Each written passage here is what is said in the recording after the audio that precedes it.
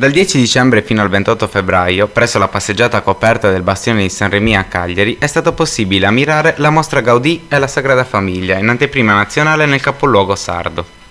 Organizzata dall'Associazione Artificio con il patrocinio del Comune di Cagliari, l'esposizione ripercorre i passi più significativi che hanno portato alla realizzazione del tempio che ha consacrato l'architetto spagnolo. L'opera, visitata da Benedetto XVI lo scorso novembre, è un cantiere aperto da ormai 128 anni, che si concluderà nel 2026 quando diventerà l'edificio più alto di Barcellona. Proprio per la sua complessità e la sua magnificenza, esprime forse il punto più alto dell'arte di Gaudì. La mostra, sottotitolata Parabola e iperbole dell'architettura, si sviluppa lungo un'unica sala, nella quale erano state allestite le sezioni più particolari della cattedrale catalana. Particolare risalto viene dato alle geometrie sia di elementi interni come le colonne che sembrano raffigurare tronchi d'albero, sia delle guglie esterne con la loro particolare forma a chiocciola, che infatti vengono presentati singolarmente in esposizione. Interessanti anche le teche interattive nelle quali si poteva vedere la geometria sulla forma base fino all'opera consolidata. In contemporanea alla mostra sono stati avviati anche dei laboratori didattici riservati ai bambini per far nascere anche in loro la passione dell'architettura.